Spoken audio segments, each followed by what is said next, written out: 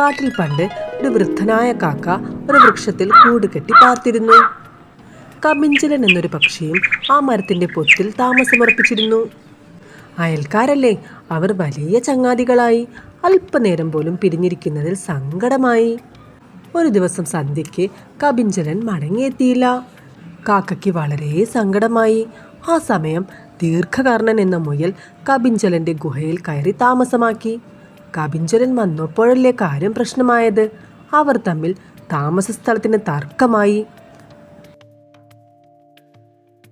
കുളങ്ങളും തടാകങ്ങളും വൃക്ഷങ്ങളും കിണറുകളും എല്ലാവർക്കും തുല്യാവകാശമാണ്. ദീർഘകർണൻ വാദിച്ചു. പറ്റില്ല, നീ ഇപ്പോൾ എൻ്റെ പൊത്തിൽ നിന്നിറങ്ങണം. ഞാനിവിടെ കാലങ്ങളായി താമസിക്കുന്നതാണ്. കബിഞ്ചലനും വിട്ടുകൊടുത്തില്ല. തർക്കം തീർക്കാൻ ഒരു മധ്യസ്ഥൻ വേണമെന്നായി. ആരെ വേണം മധ്യസ്ഥനാക്കേണ്ടത്? ദീർഘകർണൻ കണ്ടുവച്ചത് യമുനാ തീരത്തിൽ തപസ്സനുഷ്ഠിക്കുന്ന ഒരു പൂച്ച സന്യാസിയെയാണ്. യമുനാ തീരത്ത് ഒരു പൂച്ച സന്യാസിയുണ്ട്, നമുക്ക് അയാളെ ചെന്ന് കാണാം, ദീർഘകർണൻ പറഞ്ഞു. അവൻ അയാളുടെ നിഷ്പക്ഷതയെക്കുറിച്ച് പുകഴ്ത്തി.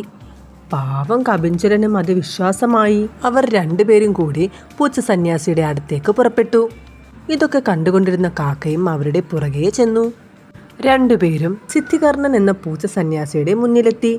അവർ പൂച്ച സന്യാസിയോട് സങ്കടം പറഞ്ഞു. എന്ത് സംഭവിക്കുന്നു എന്നറിയാൻ പുറകിലെത്തിയ കാക്ക ഒരു മരക്കൊമ്പിൽ ഇരിപ്പുറപ്പിച്ചു.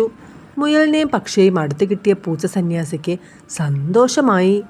എനിക്ക് ചെവി വേണ്ടതുപോലെ കേൾക്കുകയില്ല, അടുത്തു വരൂ. അത് കേട്ടപാടെ കബിഞ്ചലനും ദീർഘകർണനും പൂച്ച സന്യാസിയെ വിശ്വസിച്ച് അടുത്തു ചെന്നു.